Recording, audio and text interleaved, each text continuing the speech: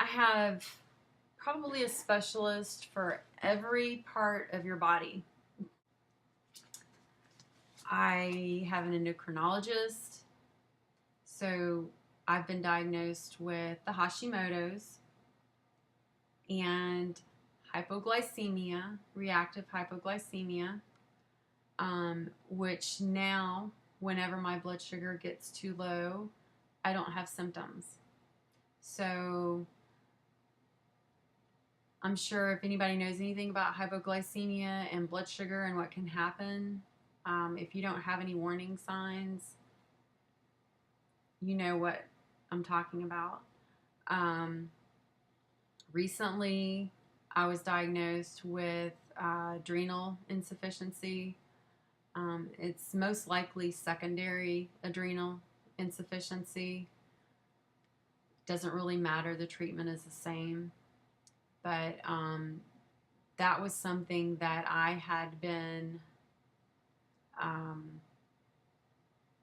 harping on getting tested for and either getting diagnosed with or ruling out for a year and a half with the previous endocrinologist that I had because of symptoms that I was having. And I had the ACTH stem test, which came back that showed that I did have low cortisol to begin with. After 30 minutes, it did not go up as much as it was supposed to. My ACTH was below normal range. And the only thing that she was concerned with was that my cortisol did go up once I was stimulated. She wasn't concerned with the fact that during the test, I couldn't wake up until after the hour. When I tried to stand up to leave, I couldn't stand.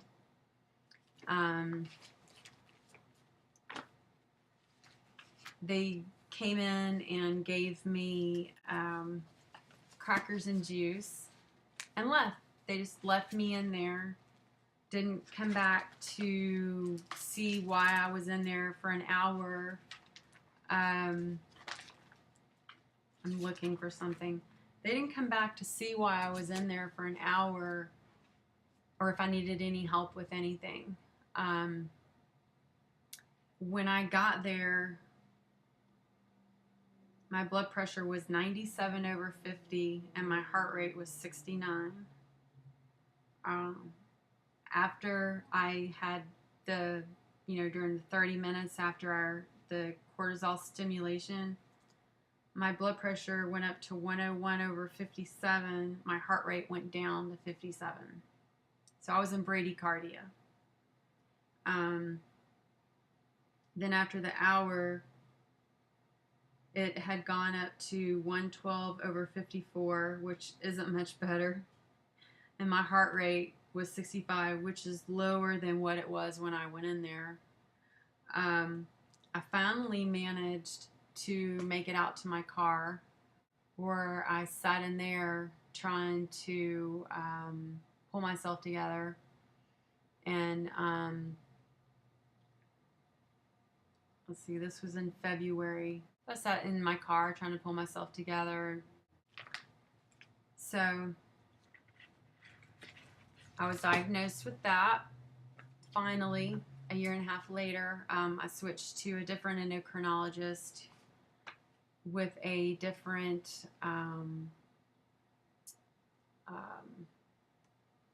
she is at EVMS.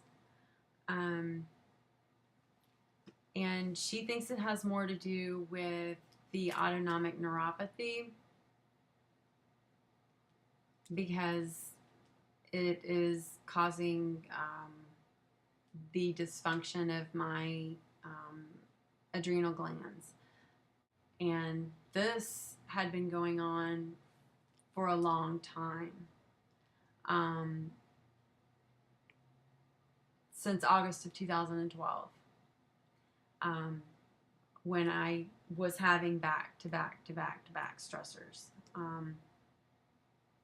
And those had actually started in 2009 when nor'easter hit my house and basically destroyed everything externally in my house, and I had a lot of water damage inside, which I'm now trying to deal with. That'll be on another story. So anyway, I was just going to give my list of diagnosis in this one. So after that, I was tested for food allergies. I don't have those. What I do have is called Gastroparesis. My stomach, when you eat, your stomach contracts. It contracts so many times, I guess a minute. And mine, it contracts very, very slowly. And certain foods, it will not digest them. So they just will sit in there. That's why I can't eat the red meats. I can't eat the fibrous vegetables.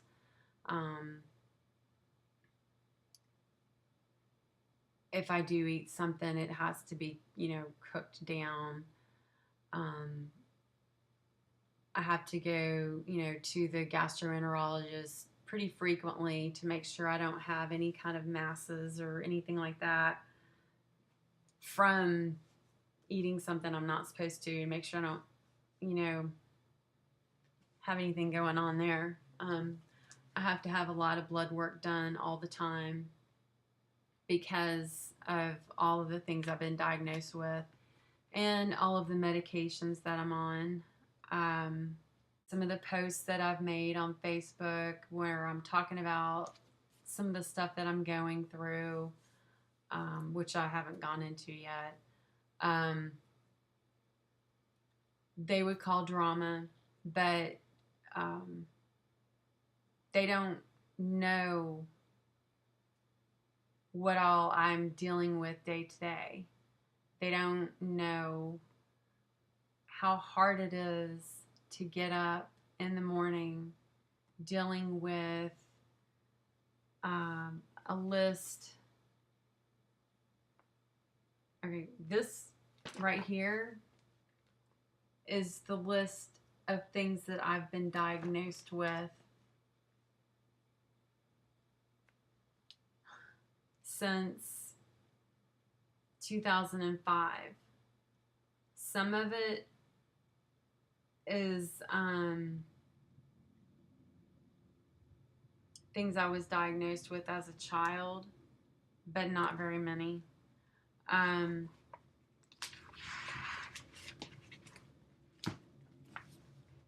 But this list that you see here, my symptoms, and I'll read my symptoms on another one. My symptoms are just as long. Adrenal insufficiency and autonomic neuropathy have a lot of the same symptoms. With autonomic neuropathy, they have to try to find the underlying cause. If they cannot find the underlying cause, what happens is it just continues to get worse. So when I first went to see the doctor here locally, who, by the way, sorry, I'm waiting for a repairman to show up who I don't think is going to fix the most recent water leakage that I have going on in my house. And he's being the typical handyman / repairman who doesn't call and doesn't follow through when he says he's going to be somewhere. So I think I'm going to have to call someone else. But anyway, what the hell was I talking about? They have to find the underlying cause. So when I went to see this doctor here locally, he is the only doctor in Virginia that treats autonomic neuropathy. He has all of the equipment to test for it. They did a ton of blood work on me. I also had the EMG. I had this small fiber biopsy done on my leg, which is no fun. I had that done, and we call it the punch hole, because they punch holes in your skin, and let me see.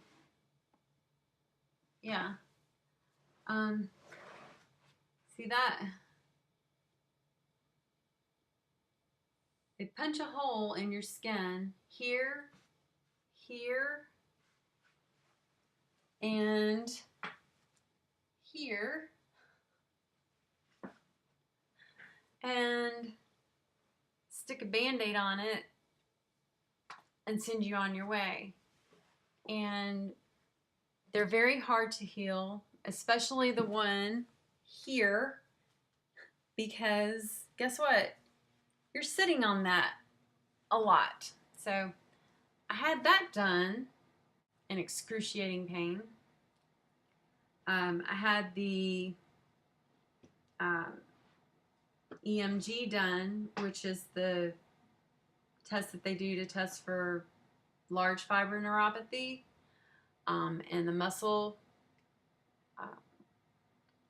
what's it called? Where they test your muscle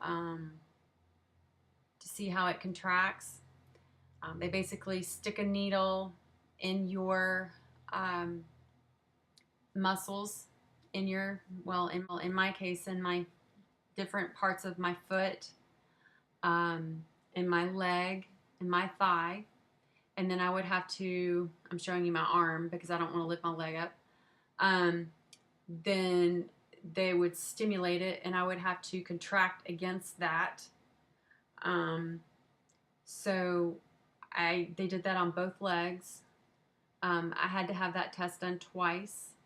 That one was probably one of the more difficult tests that I had to go through. It was very, very, very painful. And this is another symptom. You see, I've been sitting here talking. Haven't washed my hands because somebody asked me that before. But this is another symptom where I haven't been able to get a doctor to explain, but my hands will turn red from here down. No reason. So the gastric emptying test, yeah, that was a lot of fun. I'm going to wind this up here in a minute. Go to a hospital. They make you this egg sandwich that's tasteless. It has basically radiation in it. And remember, I had not been eating gluten for a while, nor had I been able to eat egg yolk because my stomach couldn't handle it. It put me in severe pain. So I had to eat this sandwich. They found that egg works best. Although I have found out since they did the 2-hour test on me. The 4-hour test is really more accurate because it shows the egg going all the way down. The 2-hour only shows it in your stomach digesting. So while I was laying on the table for 2 hours, I got to watch my stomach trying to contract this egg sandwich while I had my legs bent up in as much of a fetal position as I could get them in because I was in so much pain from eating that.